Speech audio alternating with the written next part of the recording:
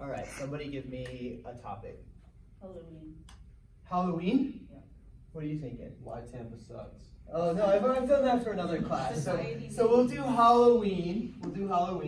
And for this particular purpose, I'm going to do the disparity between men's and women's Halloween costumes. This is totally on par for next Thursday, right? And so I'm going to talk about women's Halloween costumes, and I'm going to talk about men's Halloween costumes. And then I'll tell a story about each. All right. So next Thursday is Halloween. And we all know that for some people, this is like their Christmas. They're excited for candy and costumes and neighborhoods. And for many of us, we know that candy corn is, in fact, the devil. But what for others is the devil is coming up with what they should be for Halloween that isn't the devil.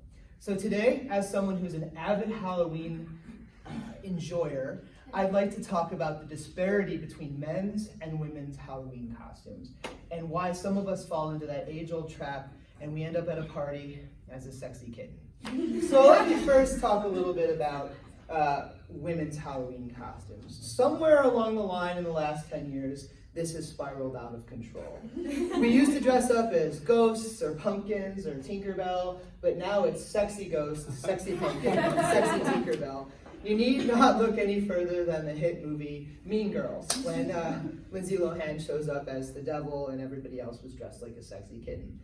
But there's a larger piece here, and that's the disparity in the genders when it comes to Halloween costumes. And so we want to look at why women are somewhat forced into this sexy costume role, and why for others, like men in particular, they're not, which leads me to my next part, which is when you look at men's roles in perhaps our society, we're not forced to be as sexy or as provocative, and Halloween is a great indicator of this.